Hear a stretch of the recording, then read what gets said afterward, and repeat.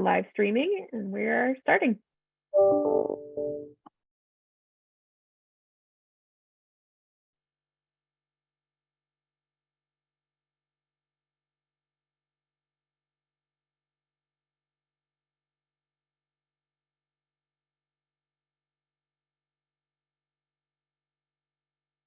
I think Andy can begin. Well, hello everyone, and welcome to all and to people from all over the country. My name is Andy Foyce. I am the chair of the Administrative Conference of the United States, what we often call ACUS. Today is the first installment of a multi-part forum on assisting parties in federal agency adjudication that ACUS is pleased to host along with the Legal Services Corporation. Today's important topic is increasing representation in federal administrative proceedings. For those of you who are not familiar with ACUS, we are a federal executive branch agency that brings together government officials and private sector experts to identify ways to improve federal administrative procedures. And since 1968, ACUS has issued hundreds of recommendations, many of them on this topic, intended to improve the kinds of federal programs that will be discussed through this forum.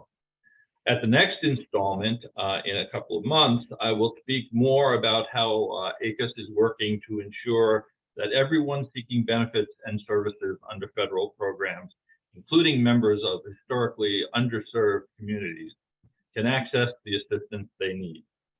Now let me turn things over to Ron Flagg, president of LSC. Ron has served as president of LSC since 2020, and before that served for many years as LSC's vice president for legal affairs and its general counsel. He has been a long time and outspoken advocate for expanding access to legal services. And finally, I'd like to close with thanks to staff on both sides, ACUS and LSC, for the excellent work they've done preparing for this forum. Ron, over to you. Andy, thanks so much for your kind introduction. LSC is profoundly grateful that ACUS is exploring strategies to expand access to representation in federal administrative proceedings. And we're excited to collaborate with you on this important educational series. And let me thank all of you who have tuned in today for joining us and for the role we hope you will play going forward. For our audience members who are not familiar with the Legal Services Corporation, we are the single largest funder of civil legal aid for low-income Americans in the country. LSC funds 132 independent nonprofit legal aid organizations that serve all 50 states, the territories, and the District of Columbia, and operate out of 900 offices. Our grantees assist people with a wide range of civil legal issues, including child support and custody, employment, housing, consumer debt, and income maintenance, just to mention a few of those issue areas. Every day, attorneys at LSC grantees assist individuals with applications for or appeals involving federal benefits like supplemental security income, veterans benefits, and workers' compensation, again, just to mention a few. Access to these benefits can be life-changing, whether it's for veterans, people with disabilities, people experiencing homeless, or others. Unfortunately, too many people go unrepresented in these and other civil legal proceedings and are adversely affected by that lack of representation. Earlier this year, LSC published the results of our 2022 Justice Gap study. Now, what is that justice gap? It is the difference between the civil legal needs of low-income Americans and the resources available to meet those needs. The study measured the number of substantial civil legal problems that individuals face and for which they are unable to obtain any or enough legal help to resolve. The results of our Justice Gap study were truly staggering. In 2017, the last year we did a Justice Gap study, low-income individuals did not receive any or enough legal help to resolve 86% of the legal problems they faced. you would have thought 86% was close to the top. Fast forward 5 years into the pandemic, and that already very high, astronomically high number has increased. In 2022, individuals did not receive any or enough legal help to resolve 92% of their substantial legal problems. The justice gap is over 90%. Access to federal benefits is one of the many legal issues for which low-income individuals were unable to obtain adequate legal assistance. And although research has shown that representation, whether it's by lawyers or non-lawyers with training in representing people in administrative proceedings, either sorts of representation profoundly increases both the efficiency of the administrative process and the likelihood that an applicant for benefits will prevail on their claim. There are neither enough resources nor enough attorneys to represent every applicant who needs representation. This reality is distressing enough for those of us who work to narrow the justice gap. But of course, it is even more distressing for the people in need of that assistance and for whom the assistance could really be a break the company case. Our speakers today will explore the justice gap as it is experienced in the federal administrative adjudicative process. Their views are informed by their experiences as federal adjudicators and as advocates for individuals navigating the administrative process. I am certain that by the end of our time together today, we will have a greater understanding of both the challenges facing us and the opportunities available as we work to improve access to justice in the administrative process. It is now my pleasure to introduce one of our key collaborators, today's moderator, Jeremy Grabois. Jeremy is the acting research director for the Administrative Conference of the United States and has written extensively on the topic of federal agency adjudication. His full bio is available in the chat, along with those of the panelists. Jeremy, again, thank you for all you're doing, and over to you. Thanks so much, Ron, and hello to everyone joining us today. Millions of people each year navigate processes of administrative adjudication to access critical benefits administered by federal agencies or provided under federal programs. We've perhaps all known someone who has had to navigate some administrative process to access Social Security benefits, veterans benefits, unemployment insurance, workers' compensation, visas, healthcare coverage, food stamps, or affordable housing. You may have worked with individuals who, to earn a living, need to successfully navigate these processes to obtain licenses or permits, secure grants or loans, or obtain IP protections. You may have worked with people who find themselves in administrative processes defending themselves against accusations that they have broken the law. Whether they involve access to benefits and services or regulatory enforcement actions, administrative proceedings can be critical to individuals' well-being and central to their flourishing. And so it's vital that the individuals who seek to navigate these complex systems have the assistance they need. But as Ron explained, many people simply do not have adequate assistance in administrative proceedings. Through several panels, this forum will examine what all of us in the public and private sectors alike can do to remedy this situation. Future panels will highlight innovative ways that agencies and private sector organizations can work together to promote effective representation and to expand services for self-represented parties.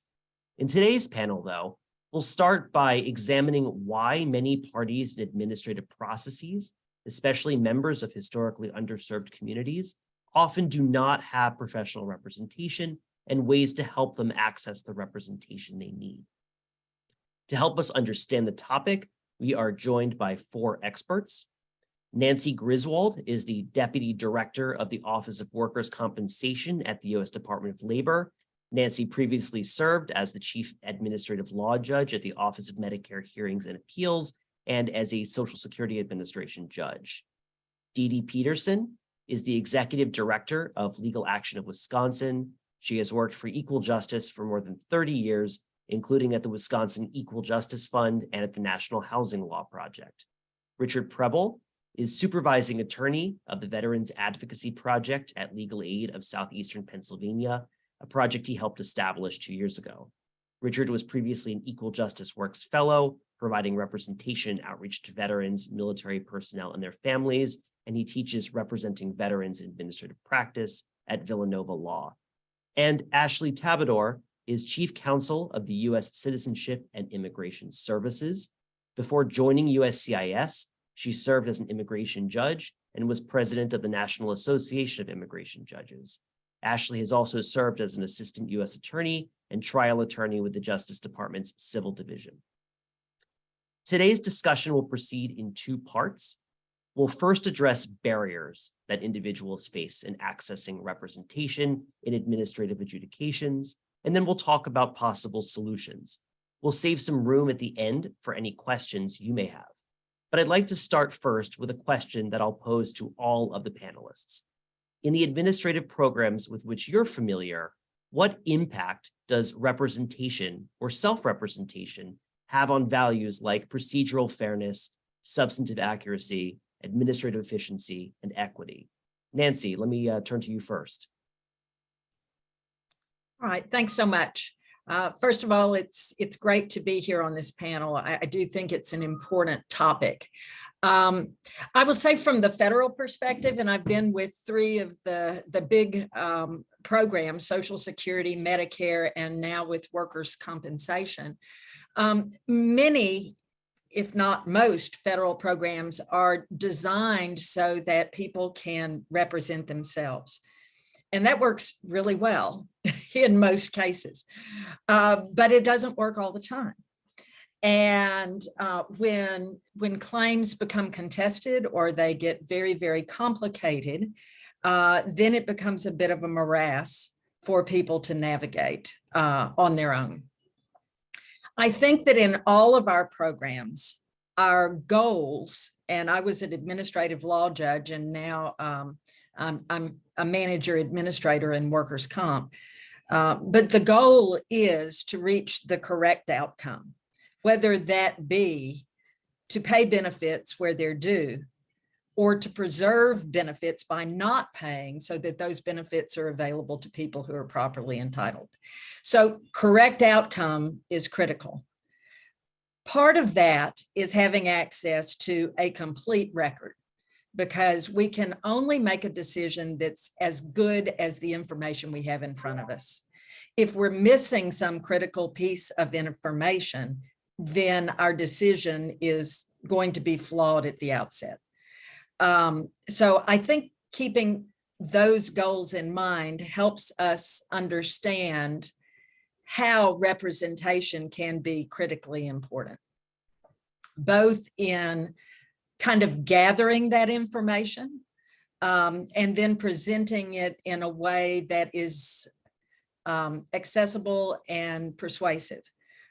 So I think that would be my kind of concise answer to why it affects due process, can affect due process, and mostly in cases that are going to be contested or that are going to be very, very complex.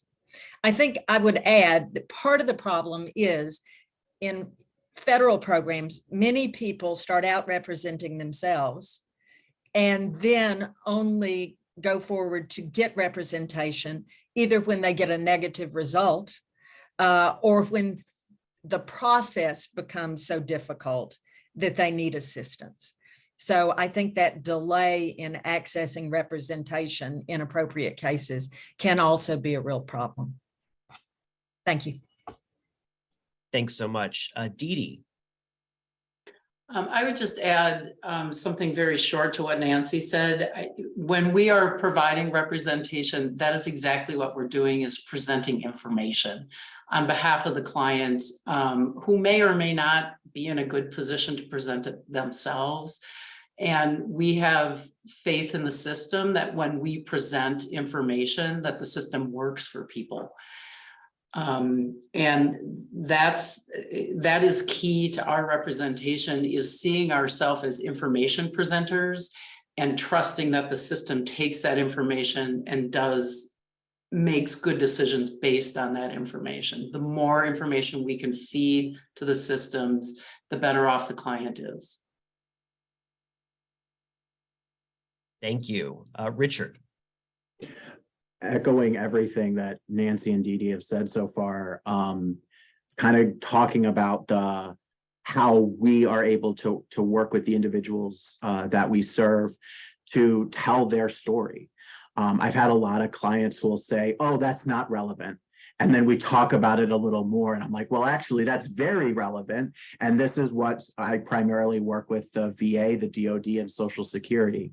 And so it's like, well, that's actually something the VA specifically wants to know more about. So that's kind of where we're able to advocate for individuals.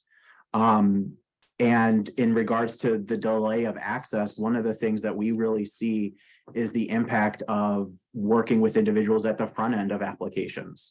So helping them file their VA benefits application, their Social Security at the initial instance, so that they're not waiting until they have to file an appeal. We know that the appellate system within federal administrative agency adjudication takes a long time. So if we have the ability to help in that initial instance, we see that we have a higher likelihood of getting benefits quicker to individuals. Even when we do have to go through the appellate process, having someone to represent an individual sees a profound increase in positive outcomes. This year alone, our veterans program here at Legal Aid has increased income for the veterans that we've gotten benefits for from both the VA and Social Security by almost $10 million. This year alone, we've gotten over $520,000 in retroactive benefits for our clients. This money directly into our clients' pockets, working with individuals who are at risk of homelessness, individuals who are lower income, to be able to get that money right away, and using the knowledge and expertise that we have as lawyers to make sure that the system works correctly and works effectively and quickly for the individuals that we're working with. Thank you, Richard. And Ashley. Good afternoon, everyone. Thank you so much for including me on this panel. And actually, I really appreciate going last because I could start off with a lot of ditto, ditto, ditto. I absolutely agree with everything that was said. What I was hoping to do with perhaps my piece is to take a little liberty and introduce our agency, because I do think it adds a little bit of nuance. It is a little bit different than your traditional benefits granting agencies when you talk about it in the context of workers' compensation, Social Security, even Veterans Administration. So with that, I wanted to add a little bit of the nuance for us that we have to deal with in addition to all the other great points that were raised. So with USCIS, U.S.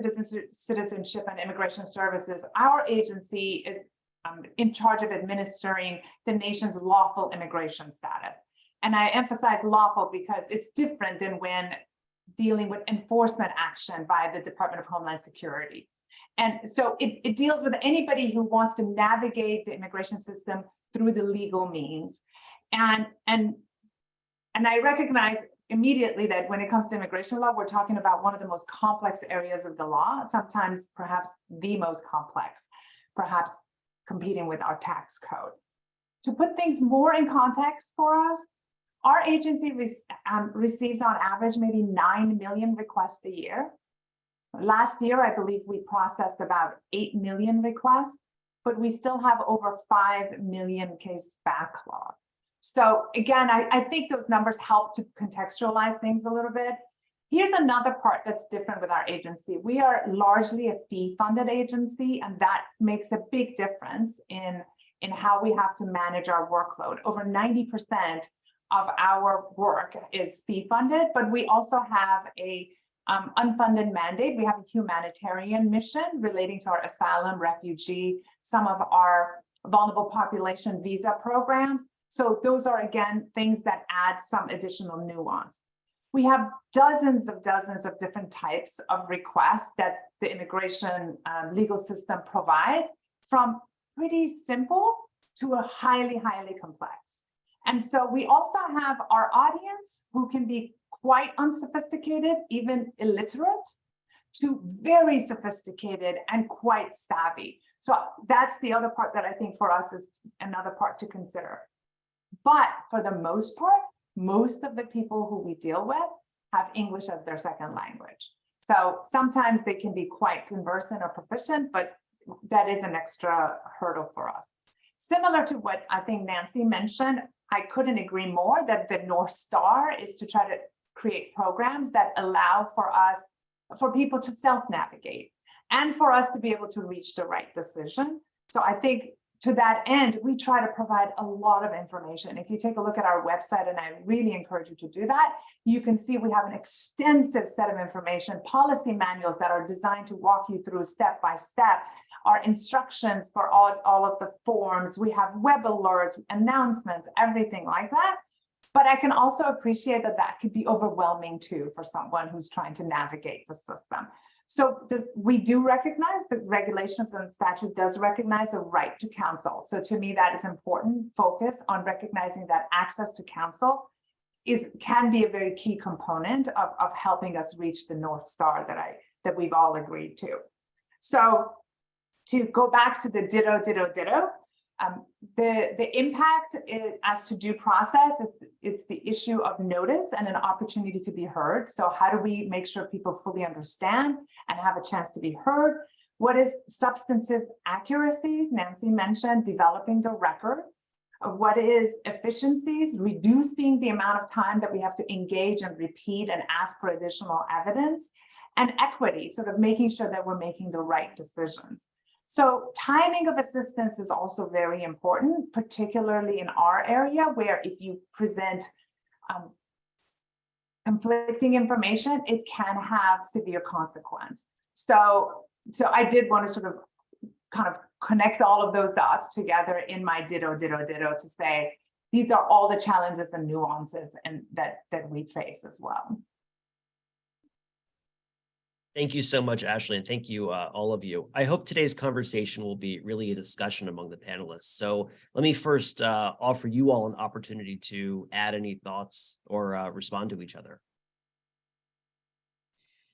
Yeah, I'll just build on what Ashley said, because we also have extensive databases or websites on each of our programs that provide information and guides and answers to frequently asked questions. We also have areas that are designated for authorized representatives to go so that they can also get some information. And our representatives can be in either attorneys or non-attorney representatives. So we try to help as much as we can all types of representatives that are seeking to provide assistance. And I'll just say, I think it was something that Nancy had brought up earlier, was that the system has the ability to work well when it works. And I agree with that. I totally agree with that. There's a lot of individuals that I work with who talk about how amazing the VA is.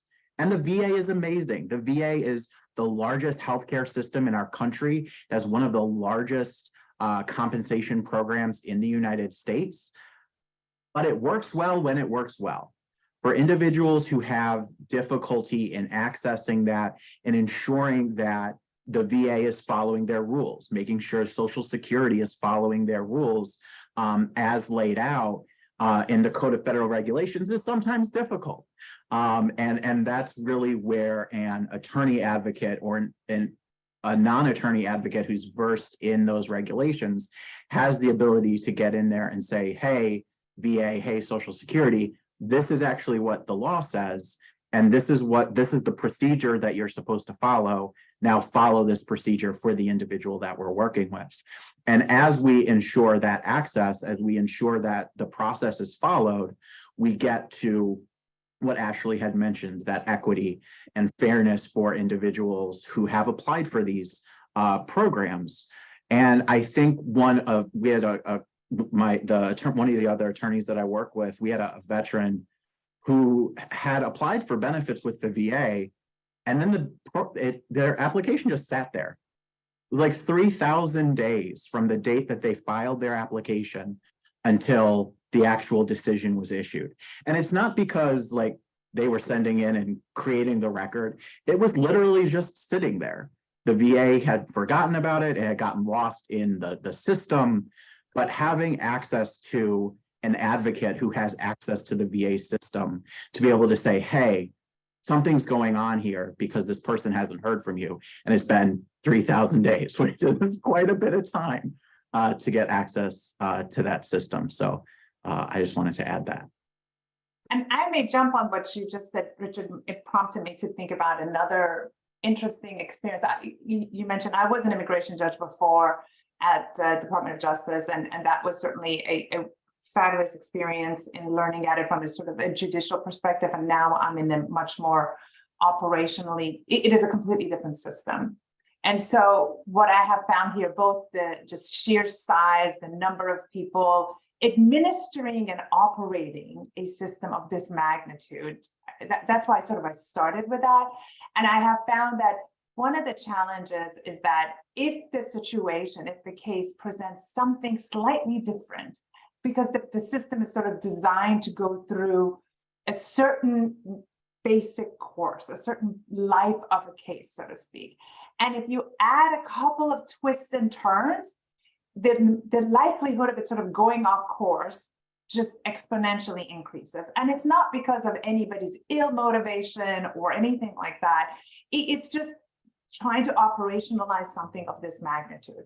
And that's why having, in those instances, someone who can connect the dots, who can appreciate how these things interact with each other becomes very effective. And why it's also very important, frankly, from our perspective, in having as much transparency, accountability, engagement with the public, so that you too, from the outside, as you're navigating, can appreciate how the system works and can help us, frankly, sometimes to say, hey, my case has been sitting for, as you said, 3,000 days. Like, this just doesn't make sense, right? And we really try. We have processing times information. We provide checklists, like Nancy said, help people sort of try to minimize the ways that things can go off. But I thought that was a very good point that you noted too. I think what Richard said is key, which is the timing of representation is very important, especially in the world of legal services, which is a world of scant resources. So the timing of when we step in is really important. And it's especially important when you think about self-representation, because just like these systems work well while they're working until they don't, self-representation works well until it doesn't. And so that's where the timing becomes really important and of course you do want to empower people to be able to advocate for themselves and to understand systems themselves. But when that fails, or when it, as Ashley's saying, when there's some barrier that just doesn't fit in with the way that the process is supposed to work, the timing of us stepping in is really key. We at Legal Action talk about administrative law processes as a maze. We talk about it as a Byzantine, picture a corn maze. And every time you turn, it's a new rule that you've got to be aware of. And if you make that turn and you get stuck at that wall, you're stuck. And I think that acknowledging just how Byzantine all of these individual systems are in their own right is really important when you're thinking about when to put the representation into the puzzle.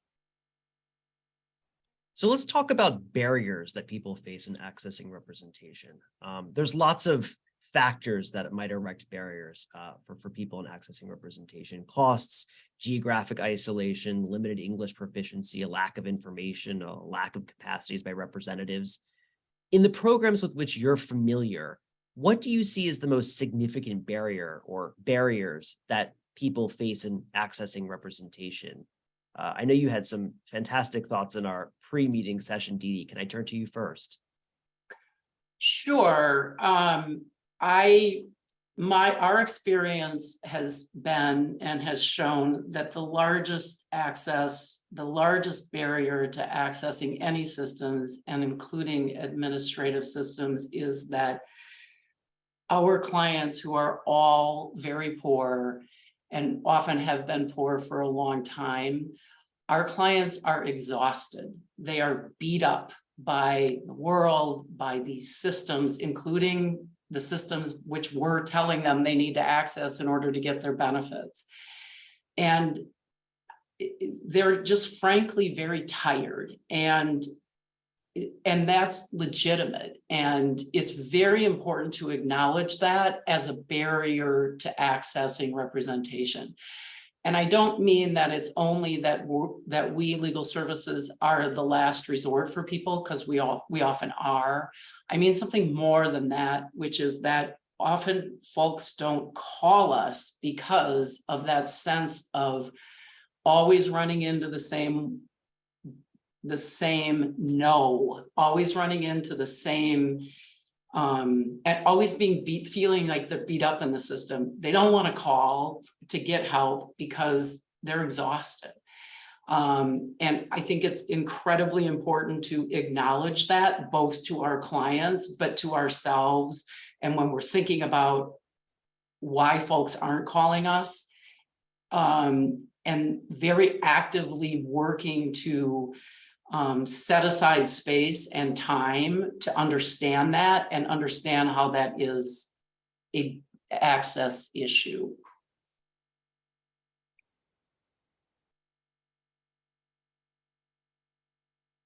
Thank you. Others, what do you think is the most significant barriers that people face in accessing representation? Nancy. Yeah, so I'll speak for our programs, because I actually went out and asked the question to our 4 programs, and the uniform answer related to cost.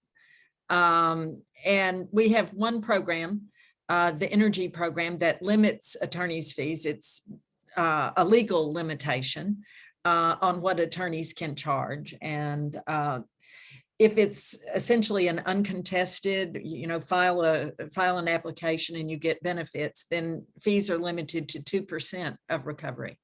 And the maximum would be 10% if they assist someone with objections to a recommended decision and then obtain payment. And in the legal world, that is a small fee. So it's hard to incentivize people to take those cases. The other would be, the other example I would give would be in the FECA program, because contingency fees are not permitted there. So mostly representatives will charge and get paid for their work on an hourly fee basis. So that very much makes representation sort of an equity issue, because it becomes available to those who can afford it. But for those who can't, then it becomes a significant problem. So I think our primary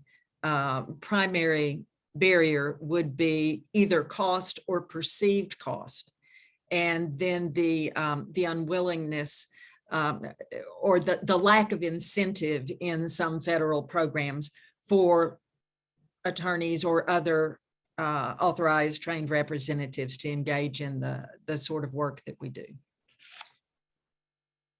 I would say, kind of going off of both what Dee Dee and Nancy were saying in regards to, first of all, with what Dee Dee was saying in regards to the being tired of the system, us being a part of that system.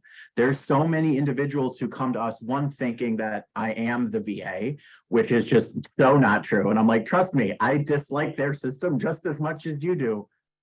But then you get to someone who's so used to being in these social service agencies where everything is name, date of birth, social security number, income, address. It's like you go through the intakes every single place you go. And we are just another person with that kind of barrier to access those services. You have to talk to someone, to talk to someone, to talk to someone, to finally talk to a lawyer. And I think that in and of itself is a barrier, because people are going to come to us exhausted.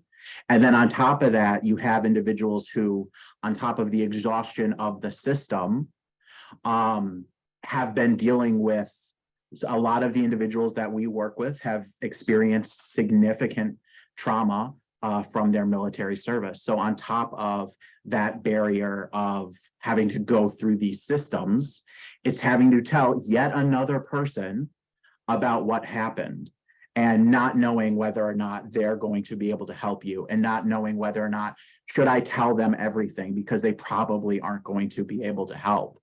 And so that becomes extremely difficult. And to Nancy's point, talking about limited resources and funding itself, we are an organization that is funded through the Legal Services Corporation. We have a lot of funding such as LSC, and because of that funding and because of the community in which we serve, we are limited in who we are able to take on as clients, and that usually comes with an income limit. For example, most of our clients have to be between 125 and 200% of the federal poverty level. That limits a lot of individuals who may need services, but because they're already receiving something from the VA or something from Social Security, they're just outside of that income limit. And even though we want to help them, and we think that we would be in the best position to help them, because of that resource limitation, it's not something that we are able to do at this time. And so we have to either have them go talk to a non-attorney advocate, whether that be the local county veteran service officer, or send them to a law firm who, like Nancy is saying, sometimes that's going to be, depending on how they charge their fees, is going to be something that an individual who we probably could serve is not going to be able to pay for. But then another thing that I think is important is just knowing that we exist. There are so many individuals who don't even realize, one, that legal aid services exist, but two, what we have the ability to do. During the pandemic, one of the big things that we did within legal aid was helping people with unemployment compensation. And I know that's not a federal program, but one of the things that we saw was we were able to provide legal advice about that program, but also reaching out to the unemployment program and being like, hey, someone hasn't heard from you. Is there any way we can expedite this? They have no income. This is the stuff that's going on. And in and of itself may not seem like something a lawyer would do, but we get that information, we provide that advice, and then we help with that extra step. And so really understanding the full scope of what a legal services attorney has the ability to do, and knowing that we exist, and at least reaching out and saying, hey, is this something that y'all can help with? Because at the end of the day, even if it's not something we can do, we probably have at least a warm referral that we may be able to get you connected into the right space. So I think you all raise a number of interesting questions. I think there's lots of people within agencies who might want to do something in this space, but they might not know, for example, that exhaustion is a barrier to representation. How do agencies go about identifying barriers? What informations do agencies collect? What should they be collecting? And what information can representatives provide to help improve these systems? I mean, let me jump in a little bit. I was going to perhaps address your last question along with all the dittos, because I really appreciated everyone's comments. And to me, it's actually quite helpful when you do hear the similar feedback from the various perspectives. And initially, I think from our perspective, looking at it, navigating the system, and I think, Didi, that's one of the things you were sort of saying, just sort of exhaustion, navigating the system, trying to like banging your head against the wall sometimes is part of that. But at least my experience has been that for the subpart of the population that have the most difficulty navigating the system and helping to get access to it are the people who are dealing with, they're the vulnerable population who are the least sophisticated. English is obviously not their best language. There's cultural issues going on from our perspective too. Sort of sometimes the fear of engaging with the government, the distrust of government, and then on top of that, I know when, again, this is a little bit from my time on the bench, having to do with in the community, the misinformation about who is an attorney and who's not. Notario, for example, is not technically an attorney in the United States, but is one, based on my understanding, in the Latin American culture. So a lot of people came in and relied on notarios, and unfortunately, the notarios were preying on them, and they were charging and making promises, and frankly, they would get involved very early, then create a record that would come back and bite the people later on. And so I think that's sort of the issue of some of the barriers is the quality of representation, information about what kind of representation is necessary for them, and then feeling intimidated. A lot of times, I think even my sophisticated friends and colleagues who sometimes come and ask me about, well, I want an attorney, like who know they need an attorney. And you say, well, make sure you do your due diligence. I mean, it's very difficult to first find one. Second of all, question the attorney to make sure that the person is even competent in that area, and then to try to hold them accountable. I mean, a lot of times the vulnerable population that we deal with have to do a lot of that kind of legwork too. But to your question about how do we sort of gauge some of that, I just had a couple of stats which we were looking at. Our top 10 application forms at USCIS generate the vast majority of our workload. I mean, we have the application for employment authorization last year generated, or fiscal year 2021 generated 2.5 or 2.6 million of our application requests. And in those, interestingly enough, it looks like we have over 52.5% representation. And I would put a little asterisk on that, in that when we talk about representation, we include accredited representatives. And I think we can talk about that too, which is the representation isn't just limited to licensed attorneys. Accredited representatives who have gone through some certification program and have been recognized by the Department of Justice as accredited representatives can help individuals navigate that. So I think that is one thing that we look at, is to look to see what are some of the benefit forms that are triggering it.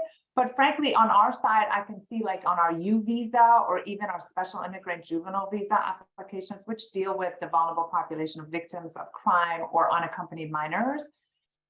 Unaccompanied minors, I don't think you can do that program without representation, because it requires a state court process and then coming to the federal court. So that's the other part, that sometimes the interplay, again, from our perspective of what's happening in other agencies or other processes, and then coming back. So I don't know if I complicated the conversation or took it off with your course, but I thought I would share some of those information points. No, that's great. It's a complicated conversation, and an hour is not nearly enough time to have it in. So hopefully this is just the beginning of a conversation.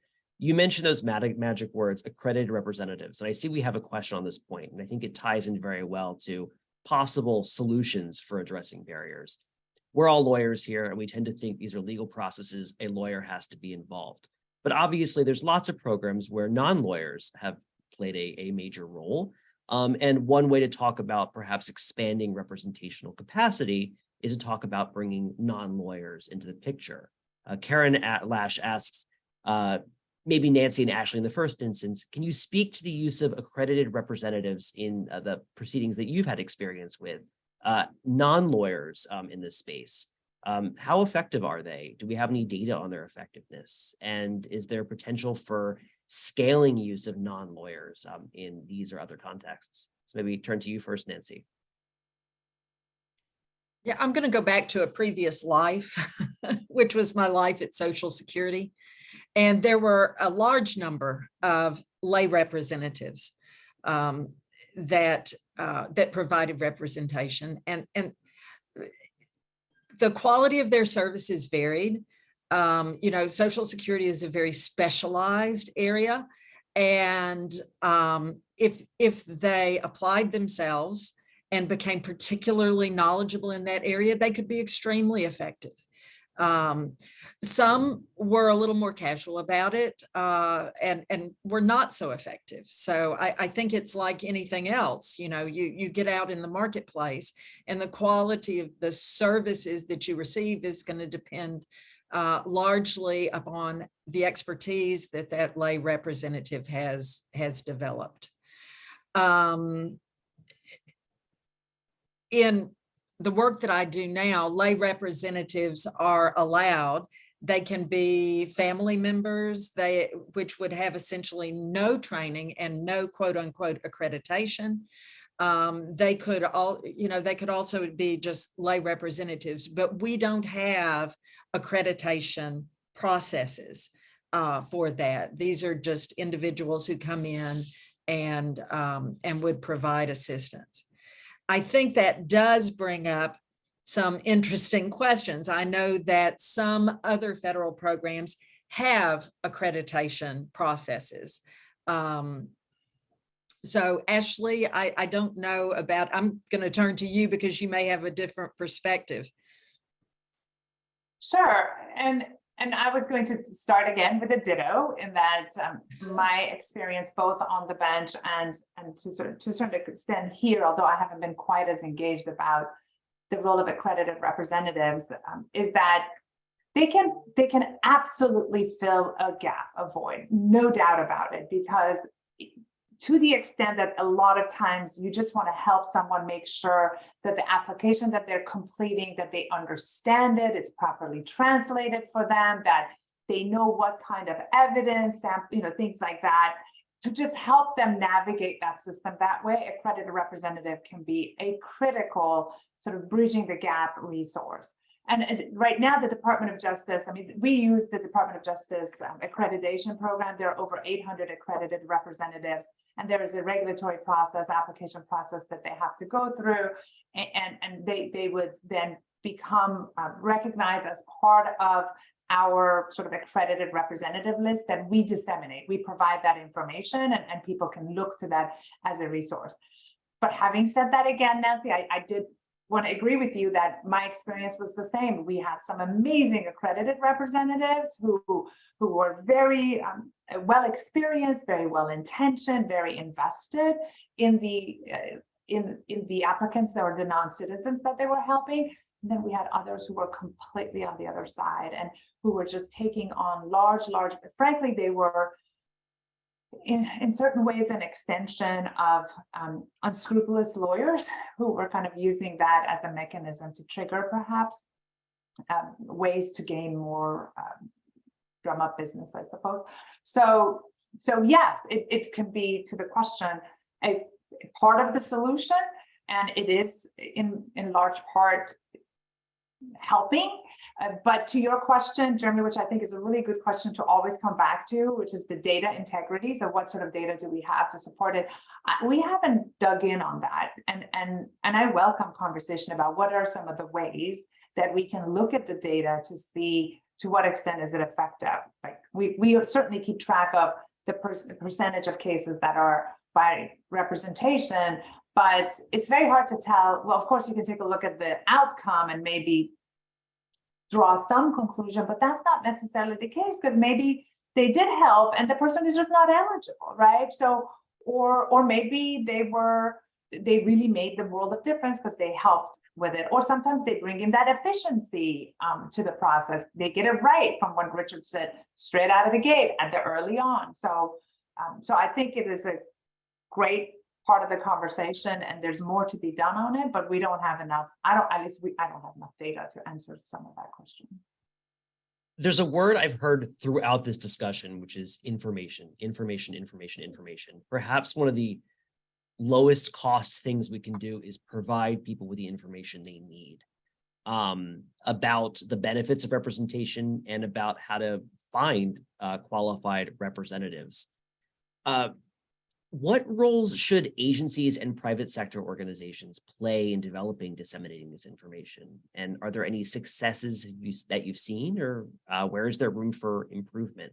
Richard, maybe I can turn to you first for information. Sure. So I've been thinking about like the best solutions for expanding access. So this really goes to that. We partner with an organization here in Southeastern Pennsylvania called the Veterans Multi-Service Center. They're a program funded partially through VA's SSVF, Supplemental Supportive Services for Veteran Families. The program specifically for veterans and their families who are experiencing or at risk of experiencing homelessness. We train their case managers, their staff, their intake, everything about legal issues. So we talk with them about what is a custody matter, what is VA benefits, what is a discharge upgrade, what is Social Security, what's the eviction process in Pennsylvania, so that the people who get individuals first, I think people are more comfortable going to social service agencies because that makes sense. I'm having a housing issue, I'm going to go to an agency that can help me with housing. That may be the first step. So we do training with these individuals to ensure that they have an understanding when someone says, well, my heat's been turned off, it's the middle of February, is there something that can be done? And they're like, oh, I remember that we had a training about illegal utility shutoff, and this is what we should do, and we should contact the lawyer. And so then, kind of to the point that I think Nancy had made earlier, and I had talked about a little bit in regards to resources, because of our partnership with that organization, we can take that person on as a client, because through SSVF, that social service agency, VMC, pays us for our legal work. So we're not funding that individual through LSC. We're not funding that individual through one of our other funders. So we're able to assist that individual and look at their income, but it doesn't become as vital to determine our ability to assist. And so it kind of allows us to expand who we are able to help, focusing on veterans experiencing or at risk of experiencing homelessness. And so we're giving that information out to the community. And it's not just organizations like that, it's just talking in general. We do outreaches all the time to VA, to other offices in our community, and providing them the information of what do we do, and then knowing that the individuals who we are serving are going to them first, so they know that we are there. And as we work in the community, the veteran community is a very tight-knit community. And so as people understand that we are really here to help, people feel more comfortable giving that referral and saying, call this number, they can at least talk you through the process. So giving that information out becomes extremely valuable to people realizing and recognizing what we have the ability to do. I'd like to jump in and just add to what Richard's saying from the legal aid provider's perspective. My program does a lot of talking about our work in administrative law, and we encourage other legal aid programs to do it. And we do that purposefully because we believe that, sort of the general public, and I know that's a pretty nebulous term, but the general public doesn't see administrative law as an important issue for equal justice for poor people. They see courts. When you talk about legal aid, people see an image of a courtroom, a county courtroom, the state Supreme Court, the US Supreme Court. They see courts. And so we think it's really important for legal aid to talk as much about administrative law and its importance to poor people and equal justice to poor people, as, in fact, I think we try to talk about it more than we talk about courts, to kind of counteract that idea that it's only about court access. And the other thought I have about just generally disseminating information about the availability of services and administrative processes is we encourage our colleagues in the legal aid field to look very creatively about and think outside the box. I'm sorry to use such a cliche, but to really think outside the legal aid box about who your potential partners are. One of our largest programs is our Reentry Legal Services project.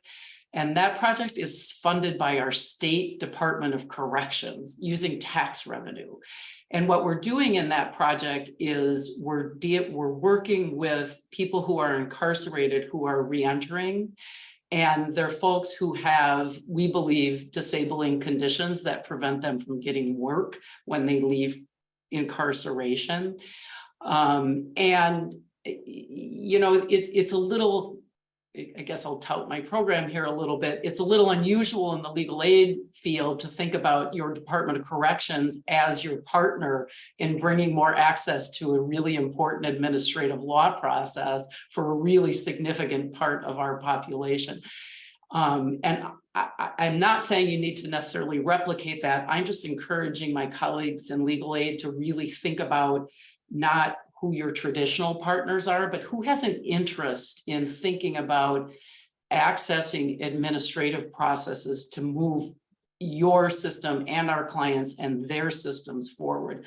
The Department of Corrections funds us for this because they believe that our help in accessing Social Security and disability benefits for reentering folks helps them to not have to deal with those folks later on, that they're not going to redo, what's the word I'm trying to think of, reoffend and get back in the system. That's the reason that our department is interested in this administrative law process, is it helps keep folks out of their system later on.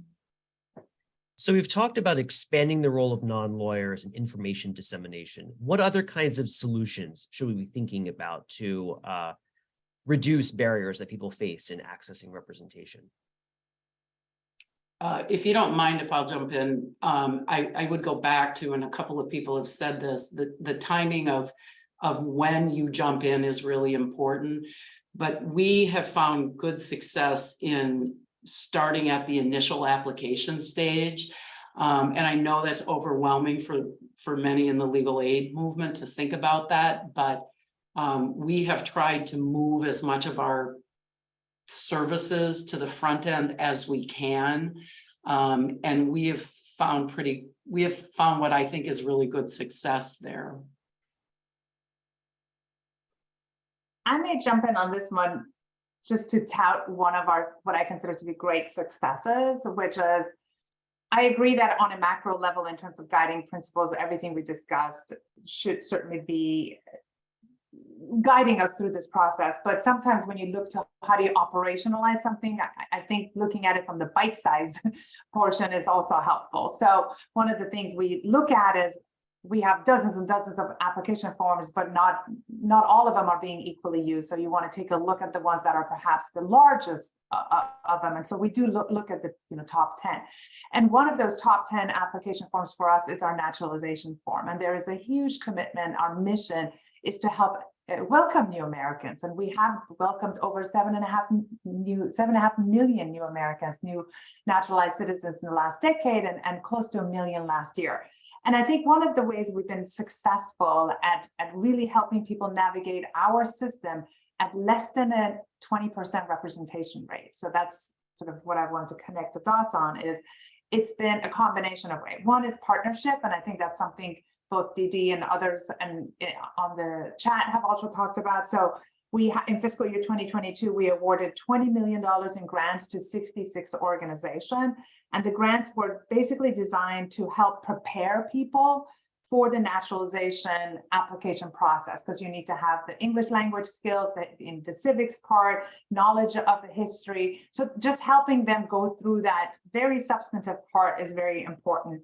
We have a lot of free courses online that we help people, so they can just go online, go on our website and get sample tests, in different languages to help them be better, to better understand both the process as well as the eligibility requirements, as well as resources to be able to navigate that. And I think that has really paid off in dividends in those numbers. And this is where we do have the numbers looking at, as I said, close to 1 million people in the last fiscal year, less than 20% representation rate, have been able to successfully complete the process. And we've done it with partnership, we've done it with information, and we've done it in a collaborative way. But I will caveat it, it is sort of, by this time of the process, the person has now become familiar with USCIS, they're towards the end of the process. So I don't want to, I don't want to completely take it out of context, but I do think that sometimes just looking at it in bite-sized form would also help. Thank you for talking about opportunities for partnership and collaboration. I think it's an important piece of this, and it's one I hope we'll talk about in future conversations. I see we have just over a minute left, and I think there's a critical piece of this discussion that we should have, which is what are the practical impediments to implementing these solutions? And I assume it comes down to one word: resources. Richard, maybe I can turn to you for the last minute to talk about resources. I mean, there's not anywhere remotely close to enough money for anything. I think every single person on here would agree, whether it's a legal aid organization or a federal administrative agency. If we had more money to do what we need to do, then we would have everyone would be happy and life would be great. Or if we had more people, if we had the ability to, if there was more hours in the day, whatever the resource is that we don't have right now. And I think a lot of things that have been talked about have kind of get to that, especially what Ashley was talking about in regards to those partnerships, what Dee Dee was talking about with those partnerships, because we as attorneys can only do so much. But working with, like I was talking before, with social service agencies, they have the ability to do something. So combining our resources to really advocate for the individuals that we're working with. And I think that as more people become aware of the real impact that administrative agencies have on people's everyday lives and the benefits that can really come out of that, I think that hopefully, and this is just my big hope, more resources can come out of that. Well, thank you all. That's all the time we have for today. Not nearly enough time to delve into all these important and critical issues. Thanks to all of our panelists for sharing their wisdom. Thanks to our audience for joining us today. We will publicize the remaining forums once those are detailed. Once those details are finalized, we'll publicize those on our respective websites. LSC will post the recording of the webinar on its Facebook and YouTube pages, and ACUS will make it available on its website as well. So with that, thank you all and have a wonderful rest of your day. Thank you. Thank you, Jeremy. Panel. Thank you again for joining us today on this webinar. If you are interested in learning more about the series or about ACUS and LSC's work in this area, please reach out to either Stephanie Davis at LSC or Jeremy Grayboys at ACUS. Our contact information is in the chat. Thank you again to our wonderful panelists for sharing your knowledge and time with us today, and we hope to see you at a future LSC event. Happy holidays.